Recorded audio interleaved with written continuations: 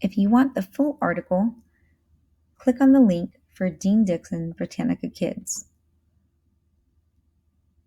Dean Dixon was the first African American conductor to conduct the New York Philharmonic. Later, he moved away in an effort to find opportunities that weren't possible for him in the United States.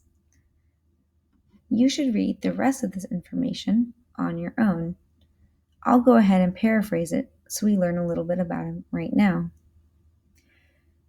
When he was only a few years old, he started seeing classical concerts at Carnegie Hall.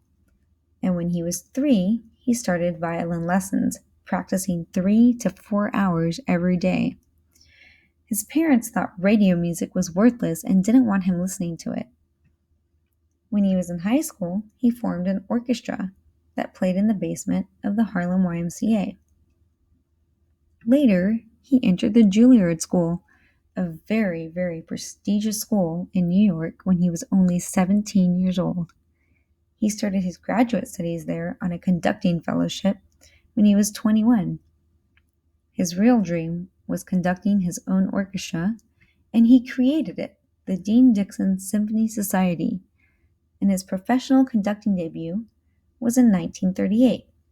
He also formed the New York Chamber Orchestra. The president's wife at that time, Eleanor Roosevelt, heard about it, and she wanted them to play at the Hertfordshire Theater in 1941, only 3 years after they formed. After that, a lot of people really respected his conducting. He was invited to conduct the NBC Summer Symphony Orchestra and the New York Philharmonic Orchestra. However, those weren't permanent jobs, and he wasn't treated fairly. Discouraged by the prejudice against both black and female classical musicians, he created the American Youth Orchestra in 1944, with the sole purpose of creating opportunities for black and female musicians and reaching out to young listeners.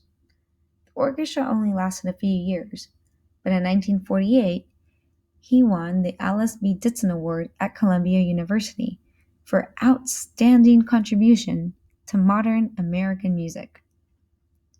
In 1949, he moved to Europe, disgusted with racial discrimination and convinced that his opportunities were limited in the United States.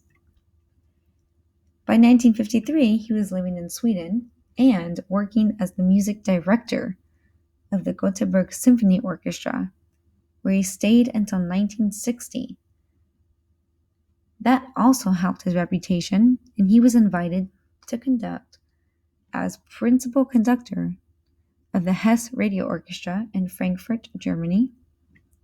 He was also invited to be the guest conductor of the Sydney Symphony in Australia and, once again, the New York Philharmonic for a summer. He moved to Switzerland in 1974, where he later died in Zurich in 1976. Review this information about Mr. Dixon's rich life and see what you can remember when you take the Kahoot quiz.